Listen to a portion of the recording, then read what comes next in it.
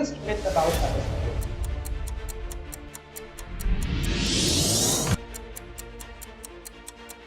So people often think that cyber security is a technology problem, right? Okay. But it is never a technology problem. Let me tell you, it is more of about your risk management, right? Okay. And decision making problem. One cyber threat people ignore the most. Not worry about the hackers. Go first worry about your own credentials. Have secure methods of having your password enable. Ensure that you do not have a common password. To enable a MFA, right? Things like that. And ensure that only access is given to the people until they are required of.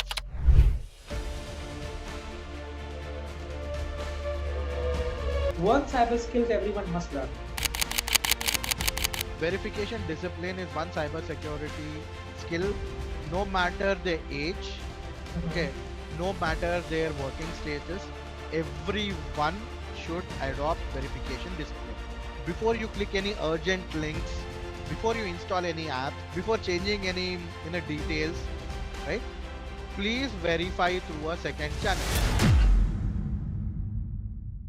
Welcome to another episode of insightful session of InfosecTrain's Tech Talk, real world decoded by InfosecTrains. So I'm your host Anas, and today we are diving into a topic that affects every single one of us, whether we realize it or not. What cybersecurity, what leaders or what CISOs actually worry about in today's digital world. I'm truly excited to welcome our guest, Mr. Nizamuddin Khaja, a seasoned cybersecurity and risk professional with an extensive experience across global enterprises audit levels. He's into governance, he's into security leadership, he's into audit management. What else I would say about him? He comes with tons of experiences of how people should solve their critical problems and ability. Having worked closely with large organizations, he brings a unique insights view of companies, think, planning, execution, and how to respond about cyber risk in real life. In a world where constantly we hear about data leaks, scams, calls, online frauds, even AI driven threats, it's easy to feel overwhelmed. But behind the skin, these security leaders are dealing with more than just hacking. They are actually balancing the technology, business. Along with that, people should use all those things while keeping everything continually going ahead. Over the next few hours, we will be talking and understanding what truly matters for a CEO, for a leader, what they wanted to do, what all they wanted us to learn as a normal user, which allows us to understand about that. Nizam, thank you so much for joining us today. And it's a pleasure having you with us. Over to you if you just can let our audience something know about yourself and about today's session. Thank you, Anas, and thank you, InfosecTrain, for having me. It's been a pleasure and an honor to be here. My name is Nizamuddin Khaja. You can call me Nizam, right? I have about over 14 years of Mhm. experience into cybersecurity, governance, risk, and compliance. I'm not going to bore people, the audience, with a lot of introduction. You already did a good job, explaining my past, right? So, what I would want to say is, from the leadership perspective and from a CISO perspective, having worked very closely with them, I understand the pulse, right? So I'm Correct. looking forward to what is in store and share my insights as we move along. Thank you. That's so amazing for you, and it's very humble from your end to presenting things like that way. Okay, let's just start with the first segment, Nizam. And we have observed many times that what does CEOs really worry about? I mean, they are at the position where a lot of things comes on a very different forms and different waves. So let's start with something very simple, where there is a cyber attack news, or people assume CEOs are constantly worried about hackers. But in real life, what does actually worries about the most on one day-to-day basis? They actually, I mean, when they see with the eyes of a CISO, what problems do you consider that make them worry about every day and night? Straight away, tough question, Anas. But let me answer that question for you. But before we go there, since we are on podcast and I'm a working professional, so I would want to be very Yes. careful. Let Yeah. me put out a caveat there, right?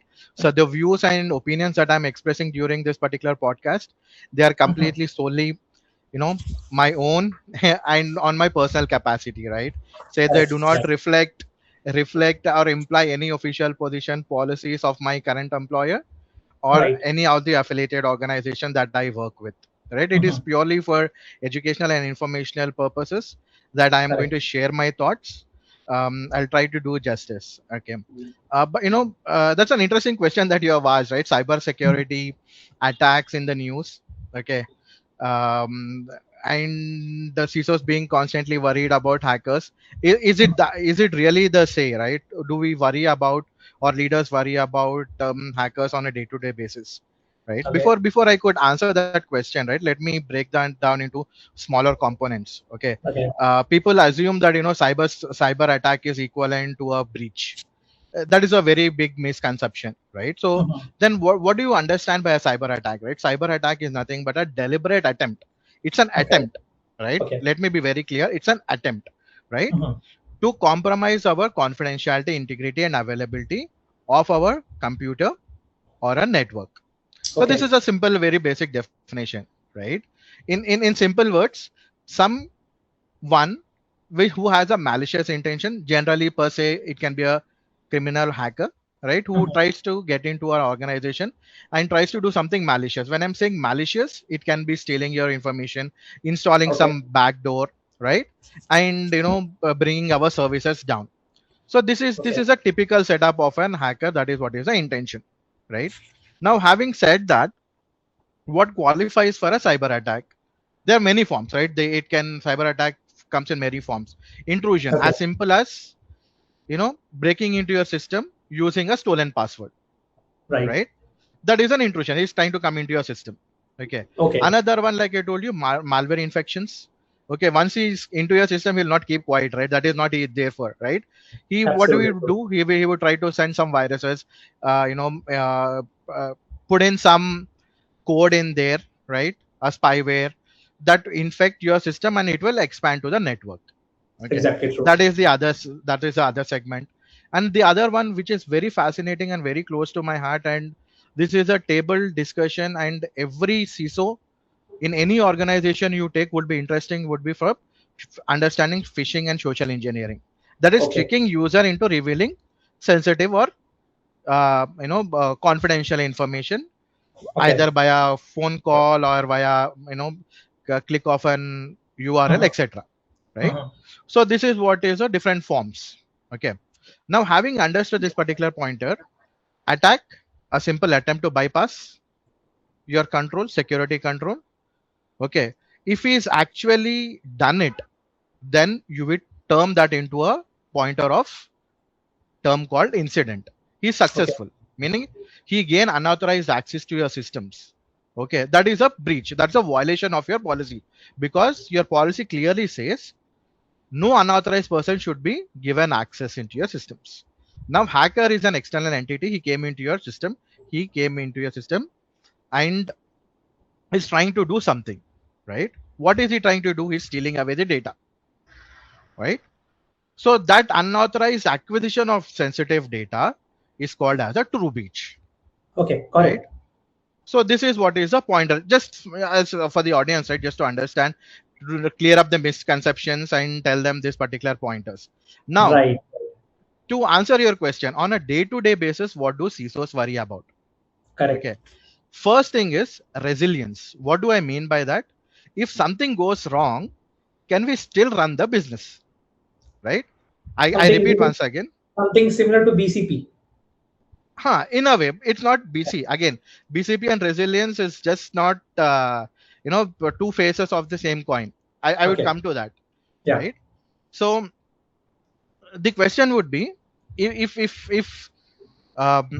we are attacked, right? So the question is not if we are getting attacked.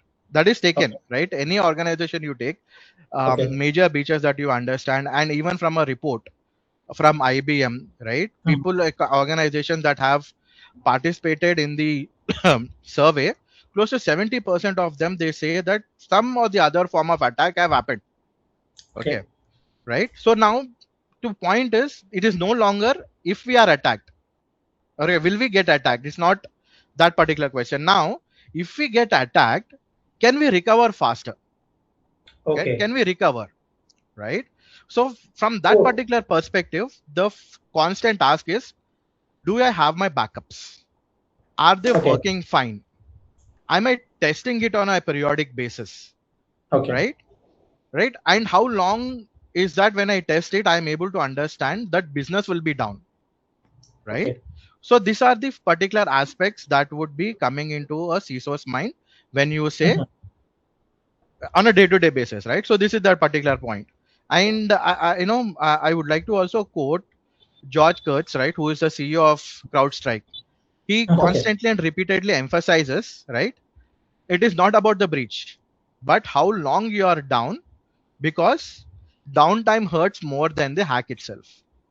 Correct. Okay. Correct. So this is Correct. the first pointer. I will take a pause here and try to see if you have more questions for me. I do have a couple of more pointers to talk about what else is on my mind, what CISOs think, what leadership thinks. So if you allow me, I can probably go skim through that. No, yeah, I got it very interesting because that word was also in my mind that I was about to say, but the way you expressed it of saying that downtime, like I think the core is about building a resilience which stops any type of infiltrations, and also if the infiltrations has done, then how much good at you are to recover your system back to the work mode to reduce the Right. downtime. That's the Correct. key agenda initially at the peak, and the CISO is looking. But also, Nizam, that the thing which actually comes into my mind, that people assumes a lot. Okay, we all do assume like you wake up at 9, or you must be doing that, or you must be doing this. What do you think that people think about CISO that they worry about, but they actually don't? Like as you mentioned about that, I can be fear of not having strong password. But do CISO consider those things also they are part of work? I'm just an example. So just people should know that we think that CISO are worried about that, but they actually don't. What a few things you think so? Okay. So I will add a couple of more pointers here, right? What am I worried about, or what is a CISO or a leadership worried about, right? I Yeah. spoke about the other aspect, whether we are resilient enough. That is one point. Second pointer is, how do I tell you this? From a perspective of CISO, right? If I am blindsided, what do I mean by that is, if I do not have visibility into my environment, okay, I have nightmares. You Okay. understood, right? So Yeah. what I'm trying to tell you is, I should be able to understand what my infrastructure is, right? Okay. Right. What are my endpoints? Do I have servers? Do I have Mhm. any endpoints or workloads that are internet facing, right? you know all of this particular mapping of your assets is my primary pointer. Why? Because if I do not know my assets, I would not be able to have appropriate controls around it. Okay. So that is my next concern. And from a priority list, that would be number 2 for me. Okay. Having understood what is the visibility for my environment. Without that, I cannot monitor, I cannot deploy controls, I cannot know. Okay. Get alerts, I do not know who is coming in, etc. Okay. Right. Okay. That is my second point. And third point is another very, very, very important point is, who has access to what. Okay. Okay.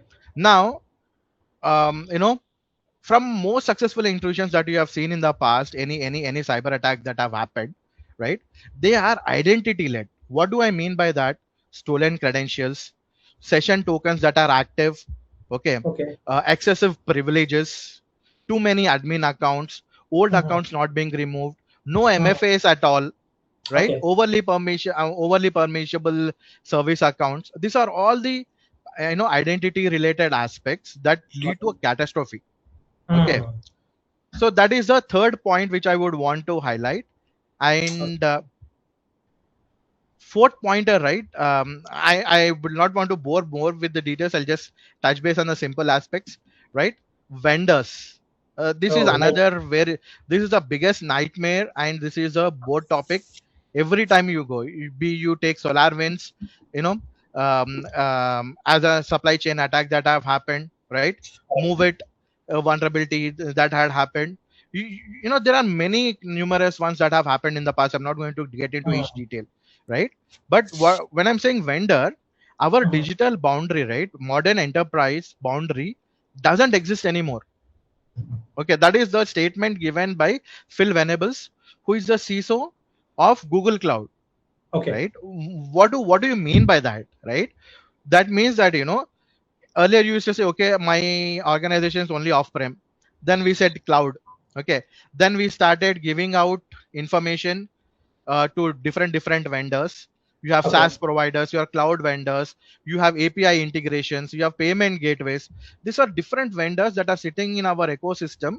And if we do Uh-huh. not monitor them appropriately, our attack at vendor will lead to huge catastrophe at our end. So that is the Business. next aspect, okay, Uh-huh. which I would want to say. In short, right, as a CISO or as a leadership, I do not worry about our hackers specifically targeting me.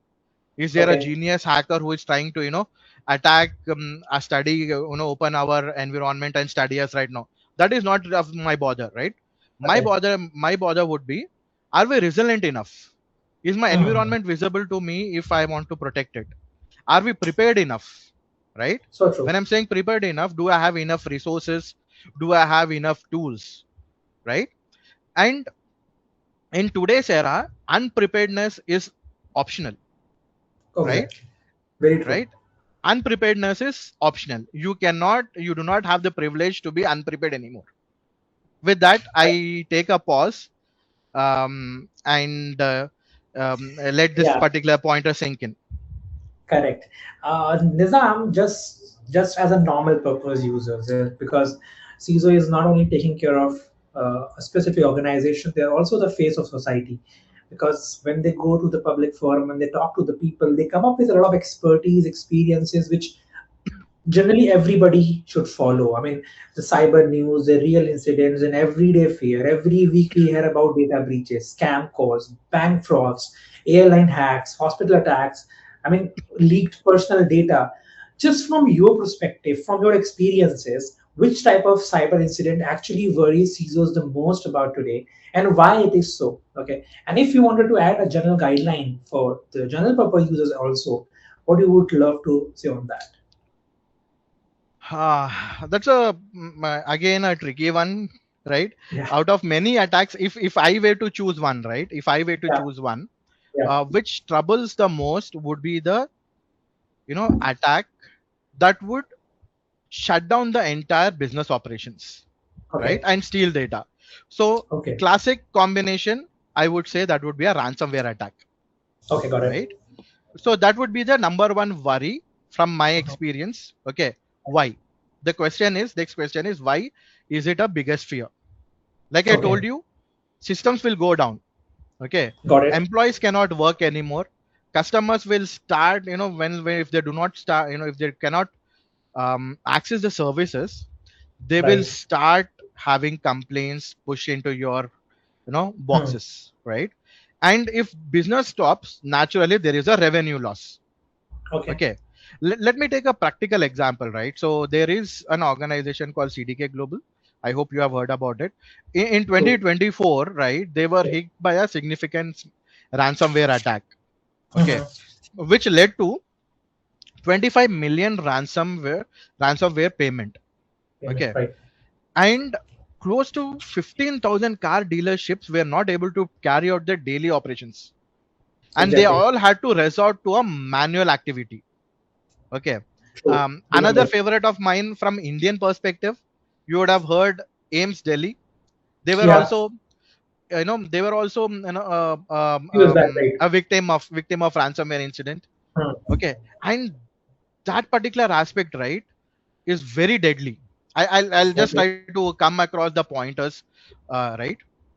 So one, when your operations are down, okay. Okay. Two, when it impacts the when it impacts the health of the personnel, or when Okay. it impacts on the services that are related to health, that is also a very big impact and nightmare for a CISO. Okay, because Okay. instantly that becomes big news. Imagine a flight, a airline not being able to operate because of ransomware, right? Exactly. People are all flooded in the airport, and you see Hmm. stock of people, or flock of people, right? For a lack of better word, right? um, and you see that the people are constantly in stress, they want to travel from one place to another, okay. Exactly. um, and that instantly becomes your headlines. Same thing goes with your healthcare industry also, right? Correct. So just to a particular pointer, right? Just to answer your question from my experience, okay, one incident and why. One is the ransomware. Why? Because it has a potential to disrupt the business. Okay, Okay. and it can it is no longer about your encryption anymore, right? So Hmm. even if you have backups, and if you are taking, if you are going back to your original operations, Right. still you have legal trouble, you have customer lawsuits, right? Hmm. And you have a long-term reputational damage. And classic cybersecurity language, we call it as double extortion, right? which Exactly. makes it which makes recovery much harder. It's a Yeah, entire suffocating environment for everybody out there. correct, correct.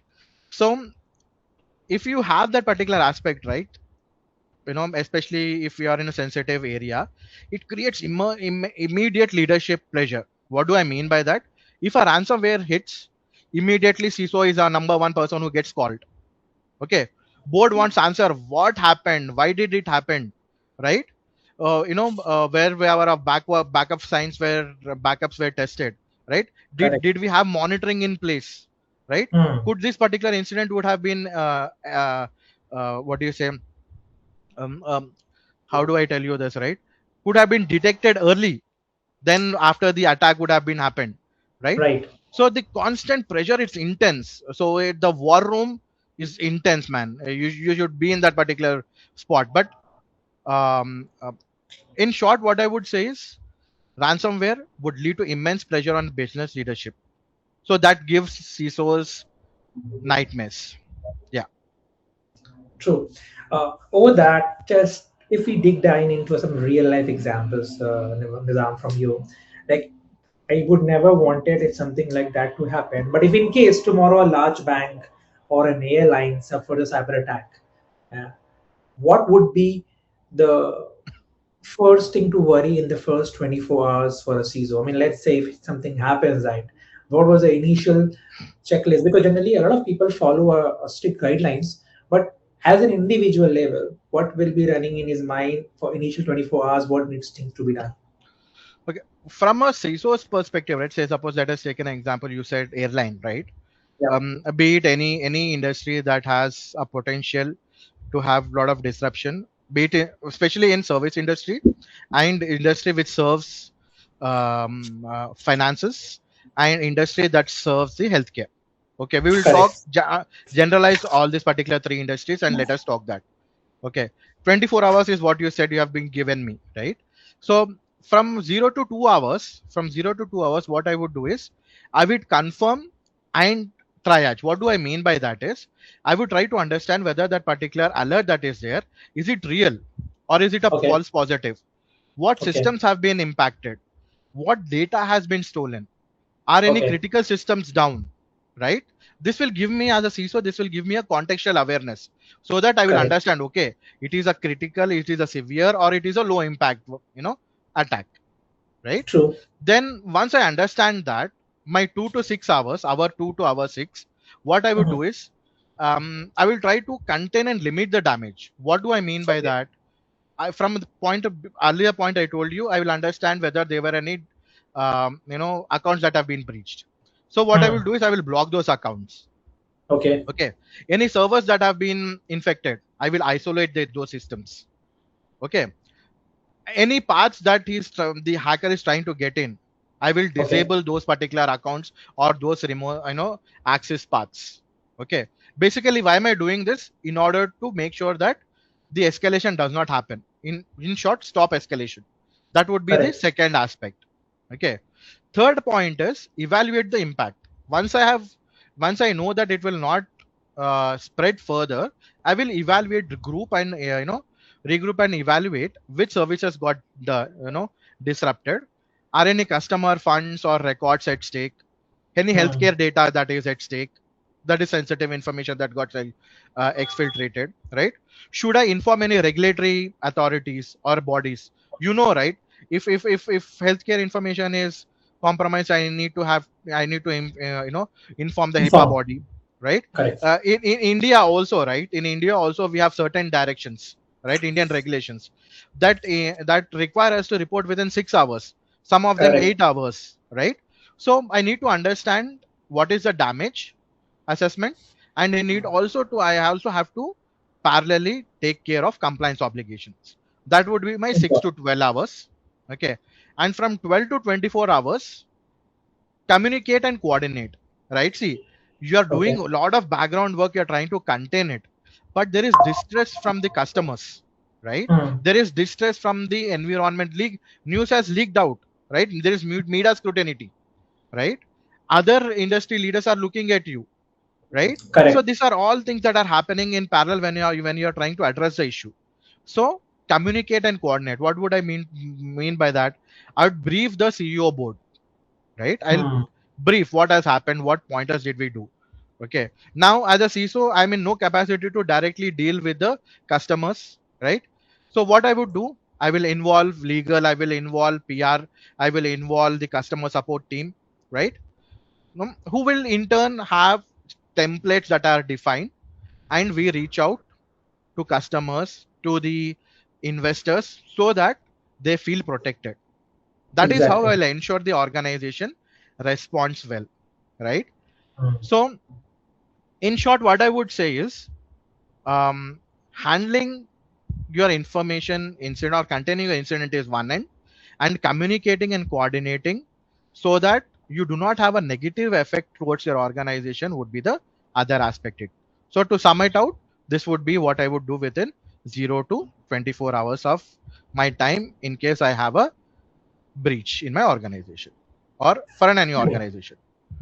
So clear about that context. I mean, it is very much important to any other users who are in the role of CISO. That is also good for them. But if you're not there as role, it is also gives a very clear idea of one thing, that you need to keep yourself calm. You need to think about it. You need to communicate yourself. You need to publish the information, because there are high chances maybe if I publish a notification, I can communicate with other industry experts as well. At the very same Right. time, maybe something similar they have also gone through with it. But if you try to protect it instead of not getting it published, I don't think I will get any help. So Right. the time if I can publish it, maybe something similar has happened to somebody else can communicate, maybe someone one close to you. This is very nice approach. I really liked about that, and people should keep in mind. But we often hear, Nizam, that the humans are the weakest link in cybersecurity. From your experience in cybersecurity, more a people problem or a technology problem? Again, you brought in. I would say this is the most misunderstood question in cybersecurity, right? Nice. Yeah. Why do I say, right? Before I could answer this particular pointer, when you say humans are the weakest link, it sounds so simple, right? Humans Hmm. are the dumbest people. It sounds so simple. But from Correct. a CISO's perspective, the answer would be far more neat down. Why people get blamed? Okay. Can technology alone save you? Let us understand these particular aspects. Let us break it down into two simple aspects, right? So, Okay. first pointer, why people get blamed, and why do I think that it is incomplete, right? Mhm. So, there is an interesting report from Verizon, right? So, they keep on publishing this year on year. Okay. Mhm. So, as per them, right, there is a 2025 breach report. Okay. They say large portion of breaches involve human element. That includes phishing, credential misabuse, right? And when you look at Okay. this from a first glance perspective, this reinforces the point which we are discussing. People are the Hmm. weakest link. But I repeat, I feel this framing is misleading. Why? Okay. If you dissect the underlining cause, right, you would be surprised to see, MFA was not enabled or it was absent, right? Privilege escalation was too easy. There were no Hmm. monitoring, or there was less insignificant monitoring in place, Hmm. right? Backup isolation was incomplete, meaning backups were not appropriate, right? There is a mistake, right? There is a mistake, right? System allowed one single mistake to become Correct. catastrophic, right? Hmm. Imagine, a scenario wherein Nizam's user ID and password are stolen, right? Or someone gets my password, right? I was stupid enough, and what I did, I had kept a commonly known password, Okay. Nowadays, organizations have this complex mechanism wherein Uh-huh. billions of commonly known passwords are blocked straight away. You cannot even have a well-known passwords from those 2 billion or list. Imagine that technical control being there, and the organization is not utilizing it, right? Hmm. So I made a mistake, but technology made it possible that single mistake become a catastrophic, right? Does that mean does that mean if I have only technologies, okay, does that mean if I have technologies, can I be saved from an attack, right? Correct. Right. So if you understand again, sadly, many breached organization already had firewalls, already had EDRs, already had SIMs, right? But you know what I'm trying to say is tool existed, but the governance did not. What do I mean by that? There was no mechanism, proper mechanism for validations, right? Logs were ignored. Okay, your playbooks weren't rehearsed, right? There is no clear ownership. Who does what? Okay, Correct. patches which as per se, right? They were not deployed. And there is an interesting fact also, right? It takes anywhere between 6 months, 3 to 6 months, when a critical patch is released to get patch in your organization. Imagine Okay. that you are leaving 3 to 6 months of loophole for the patches. I mean, for the hacker to get in, right? If there are Hmm. no proper patches, right? And business is always in an urgency, and they always get these exceptions. I want an admin account. Okay, go ahead. I want an overly privileged account. Go ahead, right? So it becomes more of a business perspective. And even though you have a lot of tools, right? Even though you have a lot of tools, you end up getting compromised because there was no governance, Hmm. right? In short, what I would say is technology coupled with Okay. governance would Okay. create a good fortress. Okay. Okay, right?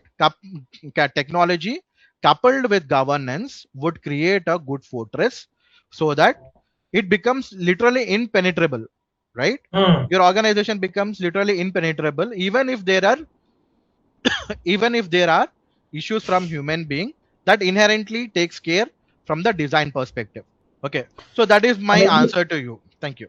yeah, but Nizam, how could you deny that? Why do employees still fail for phishing emails and scam messages even after so much of awareness and governance and policies? I mean, we see this every day happening. Somebody lost 3 lakh, somebody lost 4 lakh, or some employee has shared the entire data and somebody clicked on phishing email or something like that. Why is it still existing there? Even we have been having so much of awareness around there. Again, an interesting question. Okay, you're putting me on a tough spot, but again, Yeah. let me let me try to answer that, right? The short answer is phishing. The pointer that you spoke about is more closer to your phishing attacks, right? So what phishing attacks basically do is they exploit the human psychology. Right. You understood, right? They exploit the psychology, not lack of intelligence. Again, let me repeat: human psychology and not lack of intelligence. People are aware, people are intelligent enough, right? Security programs, awareness programs, what they assume is knowledge prevents mistakes. You understood, right? But phishing succeeds because of the following aspects. One, urgency, right? So like I told you, right, psychology, right? A lot of human beings, we are bound to be led. So in case if there is any urgent mail that is coming from our seniors or CEOs, right? There is a natural tendency of fear that kicks in, okay, and thereby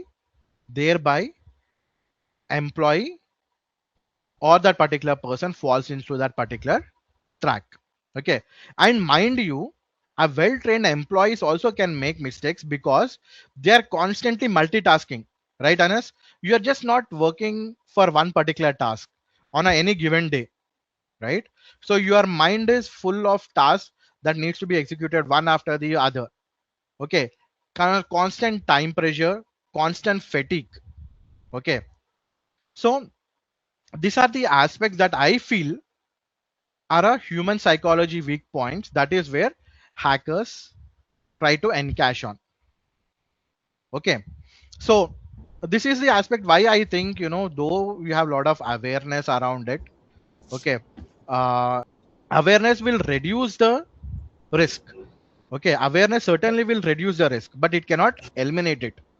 Okay, from a CISO's perspective also, it is not that, why did they click, right? Correct. It is that whether, if in case if I was able to understand that particular pattern, was I able to escalate? Point number one. And point number two, even if the resource click that particular link, right? Hmm. Okay, are there technical controls in place that would lead to a major compromise? Okay. Okay, so let me take more examples and try to tell you what will Yeah. happen is, um, um, how do I tell you this, right? Mm, for lack of better words, right? Uh, from a human error perspective, right? One classic example: Okay. um, employee received an email, finance email, right, which was legitimate, which tend to be a legitimate. It was for a payment request, right? The email was well crafted.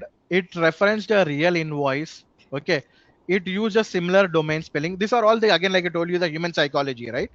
Human psychology. Okay, so the employee did not, what do you say, do a out of band verification. What do I Okay. mean by that is, he got a email or he got a call via one channel, right? But he did not verify the user's identity using a different channel, separate channel, Okay. right? If he would have been cautious and aware, conscious enough, then he would not have fallen into this particular trap. He would have understood that this link from vendor was never even sent from the vendor itself. You Okay. understood, right? Unfortunately, Right.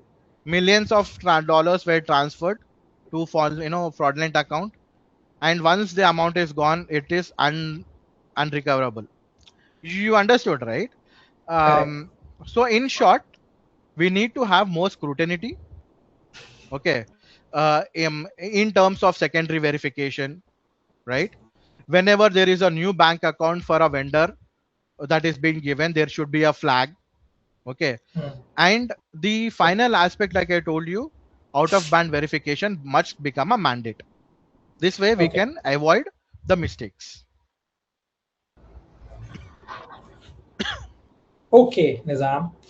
But can you? But when you see, I mean, a lot of time organizations create some. I'm not quoting any organization. Maybe you have also observed that sometimes organization miss to create a better cyber habits. I mean, without creating a fear. I mean, when we see cyber word itself gives first a trigger in mind. I mean, you would have not seen somebody coming with a positive approach when the word cyber comes into mind, because people are these days heading about cyber criminals, cyber laws, cyber issues, cyber frauds. So how to twist this word cyber into positive direction instead of not only clicking in people's mind with creating a fear thought? So why would you, how and I mean why and how would we develop that habits in employees to look cyber as an enabler, not creating any fear? Okay, so again, there is a classic quote that I believe in, right? Yeah. Fear based security cultures fail. Okay, Oh, nice. uh, right? Fear based security cultures fail when employee feels punished, right? They tend to hide mistakes, they tend to Mm, delay reporting. Okay, they true. will avoid engagements with the security team. Okay. Okay, they will treat that compliance as just a checkbox. I'm All done, right. right? But most of the secure organizations which are a good strong culture, right? Here is what they do, right? um, uh, they look for ways. um, to reward. What do I mean Okay. by reward is, um, if there is a positive outcome that is being done, right, Okay. there are certain gems or credits that are given to the Mhm. employee. Okay, that's a positive reiteration. Say suppose if someone is uh, being compliant enough in the phishing simulations, right, Okay. he is constantly, he's constantly in a culture wherein he is responding to cyber questionnaires, he's making himself aware, right. So certain pointers, what happens is there are credit systems that will Okay. encourage the behavior, positive behavior. Okay, second pointer is we shouldn't make security troublesome, Okay. right, so that business comes to an halt, right. You understood, right? So what we should Mhm. do it, we have to have a balance between, we have to have a balance between Okay. the security expectations, okay, and try Mhm. to take away as much as possible from the user, so that the burden of compliance is not on him. For an example, you expect the user to update his patches. Mhm. If you don't update the patches, then there will be legal consequences. If you Correct. do that, he gets afraid. Instead, enroll the machines into the tools that automatically update the patches. You Okay. see this, right? So the burden is shifting from the user to the system. Right. Okay. Exactly. So that way also you will take away the burden from the user. Okay. Now, I just wanted to stop you here with one thought. Huh. You said about that when we make this automation inside the patches, do Hmm? you see there is a void for AI here? As in, As in, like AI can come and make all those internal decisions on their own basis on the previous incidents that have they have seen, rather than being getting manual checked by somebody, because then it will also reduce the user's interference to such things.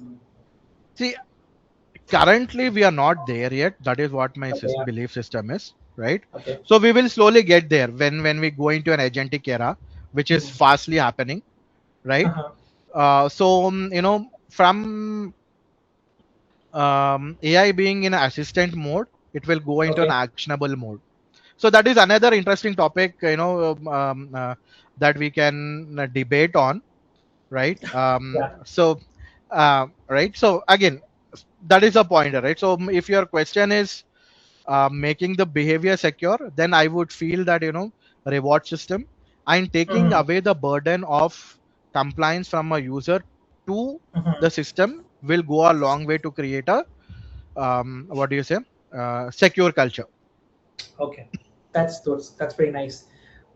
I think there's nobody better than you can give me idea about these trend words in the world of AI and the world of deep fakes and using AI into wrong scenarios we have seen in these days. And like, see, we talk about that we got artificial intelligence as an enabler, as a supporter in system. Everybody is using to improvise their productivity. So definitely, the people who have been exploiting the system from ages and from decades, they would be also using those systems to enable and enhance their level of attacks. That is so true. Now, AI tools, deepfake videos, or voice cloning. I mean, voice cloning has become very interesting thing. Your 10-second, 15-second videos can create your voice cloning. How difficult is this? I've just seen a very interesting way that people these days get their voicemail recorded for somebody else, and your voicemail recording is enough to clone an AI phishing or AI phishing. So AI tools, deepfake videos, or voice cloning and automated scams are becoming common these days. That's very true.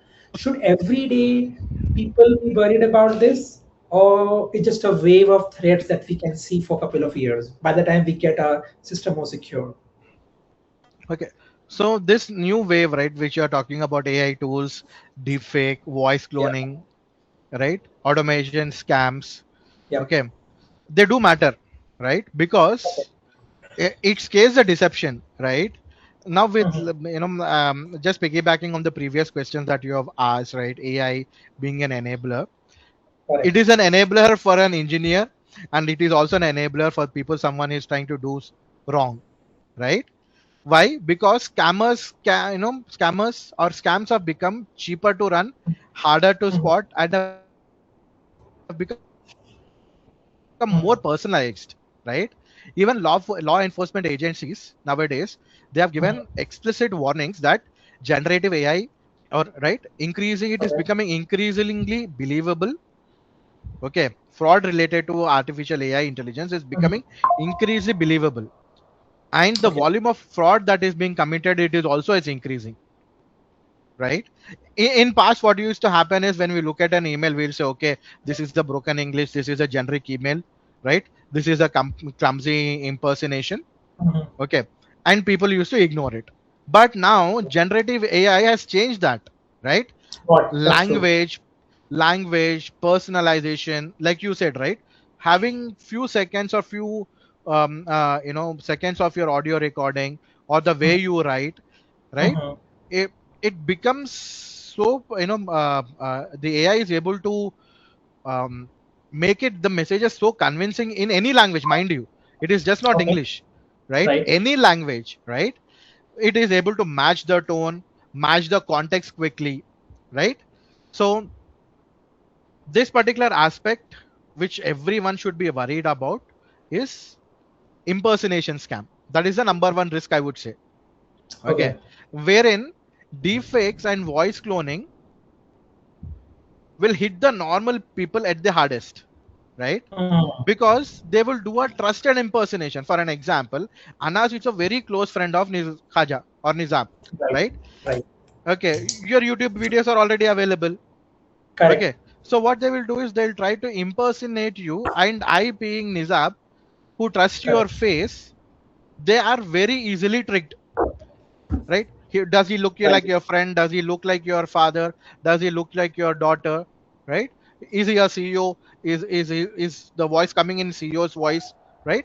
So when you Okay. have this believable aspects, right, the other aspect or the other question also that you asked, why people get fooled, right, Okay. when AI is able to impersonate at this large scale, then the person is bound to do a urgent transfer, the Okay. person is bound to give that OTP, the person is bound to install that particular app.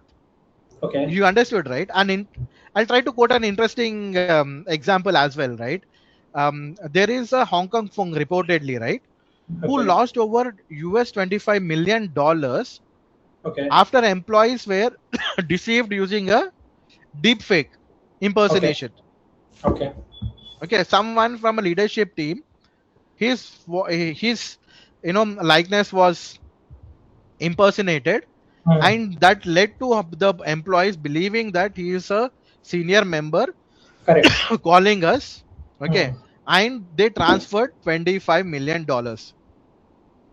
Epic example. We Imagine have that, seen that. True. True. right? So so this is a point which I'm trying to tell you, right? um, Worry, absolutely. Okay, again, deepfakes need not be very perfect, they just need to be believable to create that trigger. Is Hmm. this clear? Yeah. Right. Yeah. So this is what I would see as a No, just this, I uh, wanted to add one thing. Since you tell about that, these are probable options. These are probable things which can be done. These are uh, actually happening also in real.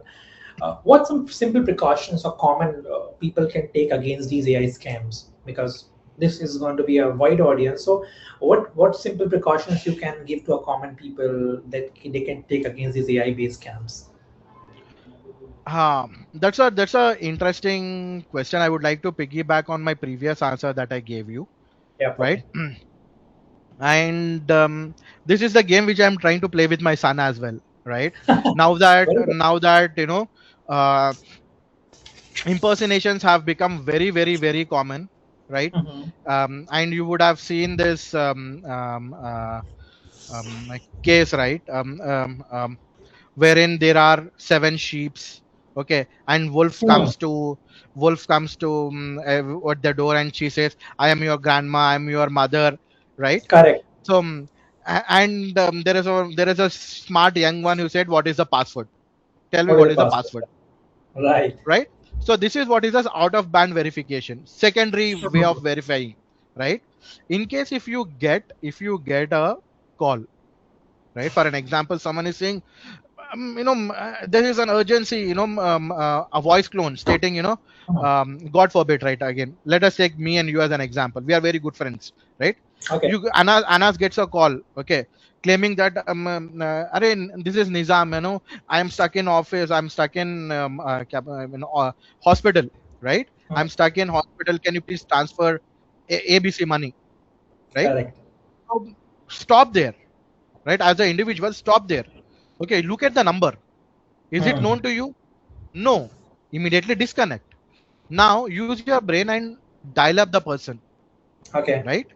Dial up the person and try to understand whether that particular person did really call you or not, Okay. right? That is for the individual persons, right? Second is, from an organization perspective, or people, general user like you and me, they get a lot of emails as well. Okay, Hmm. instead of clicking that particular emails when there is an urgency, they'll say, okay, if you don't change your password using this particular link, your account will get blocked. Hmm. Stop there, right? Stop there. Don't Okay. use any of the links or the numbers that the person is asking you to call. Okay. Instead, go to the banking website. Okay, banking website, take out the customer support number or the support email address, mail them, Hmm. call them, Hmm. verify them, because your safety is in your hands, right? Once you lose your money, there will be no one to blame other than you. So Hmm. Hmm. these are the pointers from a general audience perspective. I would say you have to stop, think, and then act. Okay. Got it. I mean, it's very interesting the way you said about, even my mother has recently introduced to all of my family members that she made a WhatsApp group, and she said that any urgency comes up, drop in WhatsApp group instead of reaching out anyone individuals. If it comes there, we approve your payment. If it doesn't come there, sorry, we're not going to give you any money. Other That's, I another mean, interesting way, yeah. yeah, I mean, this is very nice. Everybody can start on day-to-day basis. One day we were just talking with few of my friends, even with her as well. She said it to me that I asked this question to her that if any chance, if a deep fake calls you and asks you for something, or even if a deep fake make a video call to you, or if you get a voice call, a wishing call as a scam on you, and if somebody is asking to you, can you just get my work done for me, or can you just pay money? Or how would you identify that it's me or not? She said, I'll just ask simply that, can you just tell me how I can start my televisions? Because those questions annoys you a lot. If the Right, person gets annoyed, I think I think it's you, because I've been right, asking that questions to you every day. If the person right, gets very cool and calm and guides me how to do that, I get to know that somebody else is out there. So I have to just right, cut the phone there only. This is right. very nice. I mean, And yeah, go ahead, Nizam. yeah, Yeah. right. Especially our seniors, right? Hmm. And young ones, they need to be very, be trained on this particular aspects, right? Correct. Even my father, all right, my father, whenever he gets any link or a call, he first comes to me, Nizam, should I open this particular link? Should I, receive this particular call, right? So Okay. Okay. think, stop, and act. That should be a Mhm. mantra. And Mhm. like you said, you can have a safe word or a safe protocol. In my case, I told you safe word. In your case, it's a WhatsApp group, that's a safe protocol. So yeah. Okay. Got it. Got it. Got it. Nice. So, looking ahead, what are the new cyber risks that CISO believes will be become a major problem in next 3 or 5 years? What do you think? It's 3 to 5 years. Yeah, next 3 to 5 years. You That's a very large pointer that you have asked me, right? Um, so let me tell you from a very basic particular aspect, right? First thing would be AI related, um, AI related attacks, right? Or AI related impersonations that would become the new trend, right? Hmm. So next 3 to 5 years, AI being utilized Okay. for doing something wrong. Okay, point number one. Um, Point number two, we are moving away from perimeter based security to Mhm. identity based security. Okay, Right. so you will see more of identities being exploited right? Because modern workforce, right? Modern workforce, we are remote, we are mobile, right? And there is no specific office structure as such. Okay. Okay. So what I believe the second aspect would be, second pointer would be, identity attacks will increase next 3 to 5 Okay. years. Okay. Okay. Third one again, on the list would be ransomware. Right. Ransomware is no longer going to go away. It might have a AI element also being added, but ransomwares are going to increase multifold for the next 3 to 5 years as well. Okay. Nice. I think we are very close to our sum up. Few questions I would take, which my team has shared to give you as a. But I'll have one question, and then we'll enter you to a rapid fire questions. I would just ask one thing from you that if you had to fix one cybersecurity problem instantly, what would be that? uh, that's a tough one. Okay, but if you want, if you ask me what would be one particular thing, I would say I would move away from password based authentication to a passwordless authentication, Hmm. right? So that the burden of employees being able to protect their passwords is no longer in place. You Okay. understood, right? So Right. when you have OTPs, okay, Hmm. token based authentications, right? Hmm. There is the identity based attacks that have happened, like I told you, I've been talking about that since the beginning, right, from our Okay. conversation, that being one of the major attacks, Hmm. surface. You are going to take it away instantaneously. Every Correct. time the person has to enter a new password, right? Hmm. So that would be my first number one priority, um, wherein you are going to take away the entire password based vectors. So any given day, if I wake up, I have a magic wand, boom, passwords, away you go. Okay.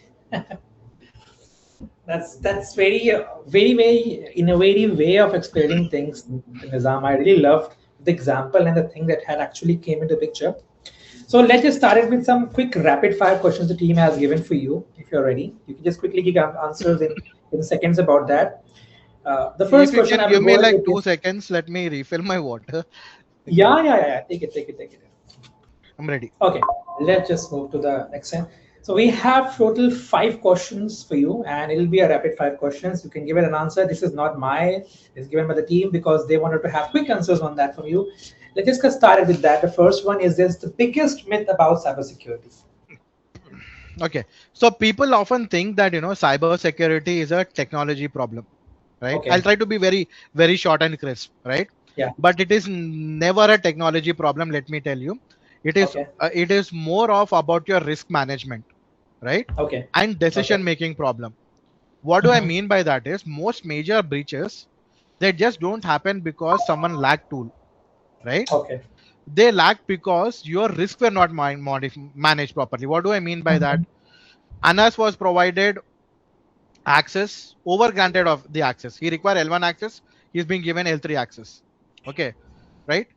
Business delayed the patches, right? So traditionally, we want our criticals to be addressed within 3 days. Okay, Mhm. they address it within 60 days, right? Okay. So you are leaving risk open on the table. So I would Mhm. say risk management and decision making would be the biggest pointer, and not the technology problem. Okay. Yeah. Got it. One cyber threat uh, people ignore the most. Um, Again, I would resort to my favorite, identity compromise, right? Ah. People always worry about hackers breaking in. Okay, but you know they often do not have the password hygiene, right? They keep on utilizing the same passwords, right? Hmm. They do not have MFAs, yeah, enabled, etc. and etc. Right? So as per Verizon also, right? As per Verizon's data report, credential Hmm. misuse again becomes the top pointer wherein your initial access was because of your stolen credentials. Okay. Okay. Do not worry about the hackers. Go first worry about your own credentials. Have secure methods of having your password. Ensure that you do not have a common password. Do enable a MFA, right? Things like that. And ensure that only access is given to the people until they are required of. Okay. Most dangerous digital habit today. Um, Again, I'm a person. I would say I am at fault on this particular aspect as well. I told people shouldn't be reusing their passwords across platforms. I was guilty of that. Okay, until I realized my personal account was breached. Okay, uh, and the same password was used to log into multiple accounts. Right. Okay. So I would say please stop reusing your passwords across multiple accounts. Okay. Mhm. That would be your most dangerous habit from a personal purpose. Okay. Okay. And I have seen lot many people sticking up passwords on their desks, sharing it out loud. Please don't do that. Stop that. Right, right. There's a very classic example of that, which I recently observed by one of my friend, that he has a habit of keeping his credit cards, CVVs, and passwords in Google Notes. So there's an application of Google that is called Google Notes. He keep written everything out there.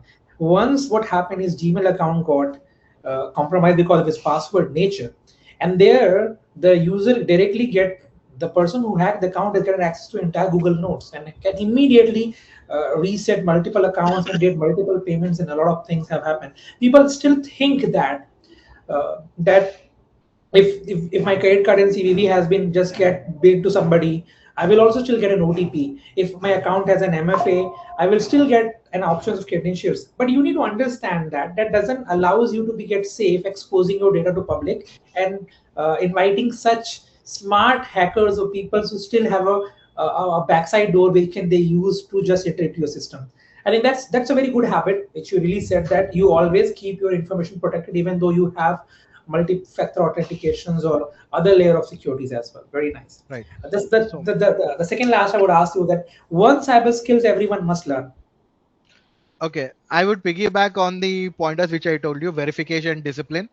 Okay. Okay. Verification discipline is one cybersecurity skill, no matter the age. Mm-hmm. Okay.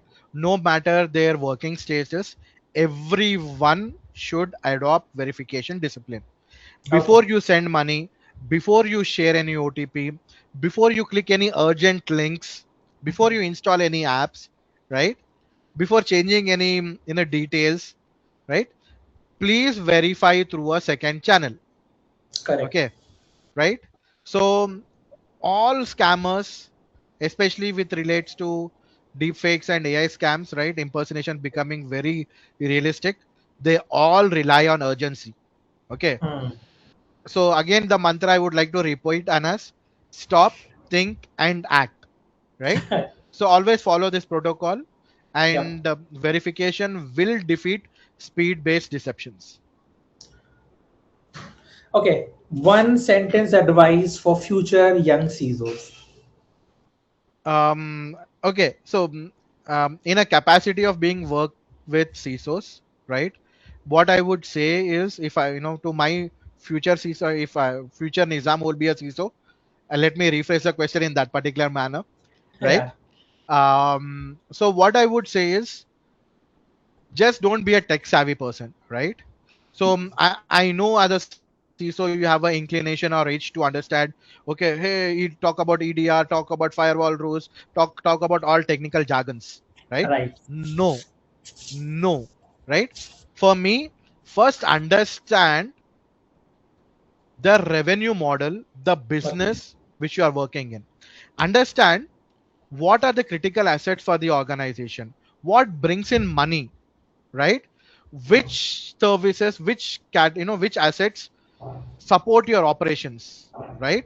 If they are affected, which will cause operation disruption. So you have to Mhm. understand all of these particular aspects. Why? You need not protect a server. For an example, let's take an e-commerce website, right? Like an Amazon. Okay, server which is supporting your Amazon for getting orders versus a computer that is being used by a security guard. Which one will you prioritize? Obviously that is the server which is supporting the business, right? So you have Correct. to understand that, okay, you cannot apply same controls for everything across. Hmm. So you need to understand the business revenue model, operations, and then frame your risks so that you can apply the controls, so that your controls protect you from a major disruptions. Yeah. Sounds interesting. That's amazing. That's really, really insightful interactions. I would say a lot of different way of learning new things for different audience and the young people who are actually looking their directions towards be a CISO or anybody who would just be a general purpose person to learn about security habits. As you mentioned about the culture building in companies and organizations, building your digital well-being habits of making yourself protect. That's really amazing. I want to sincerely thank you, Nizam, for such an insightful session and an eye-opening conversation. What truly stands out is how cybersecurity in today is just not about technology. It's about people. It's about the way you mentioned about awareness, the responsibility, and the most important, the way you mentioned today is about taking the smart decisions. A lot of time people take decisions just based on the situations, but it, as you mentioned, that take a pause, think, and then act, not just immediately response. So, to all our listeners, the digital world is now part of everyday life. From banking, shopping, to education and entertainment, everything happens online. Staying safe isn't, the way Nizam has said, is optional anymore. It's essential for everybody. And it should be your daily habit that the way you are using your system, whether you are in office, whether you are at home, the way you are giving your access permissions to the organizations to somebody, you should have a dual check mode on that platform. If you are giving your consent to anyone, do check that what level of access you are providing. Overdump your access is something which can lead to a big catastrophic situation for you, so I will avoid that. I would say that I hope today's conversation or if you see this podcast going to help you to understand about the cyber risk in a very simple and relatable ways and empower yourself toward the safer online choices, because that's what you have to do. Until next time, this is me, Anas, and reminding you to stay secure, stay aware, stay human in a digital world which is now being getting controlled by an intelligence which is artificially designed and can beat you many times by using fake optimum efficiency where you will not be able to identify. So I think it is high time they are not only fighting with humans, we're going to fight with artificial intelligence as well. So all those learning given by Nizam is going to help you all. Thank you. Have a wonderful day. But I want to give an opportunity to Nizam to give a closing words. Over to you, Nizam, if you want to say anything to our audience, and we can take an escape from you there. Thank you, Anas. Right. I hope it was an insightful pointers. I thoroughly enjoyed it, and I hope the audience also take away a lot of this. Okay. I hope we have more such conversations, and I appreciate InfoSec Train and you for taking this particular, podcast to the next level. Thank you. Absolutely. Absolutely. Thank you so much, Nizam. Thank you. Have a good day.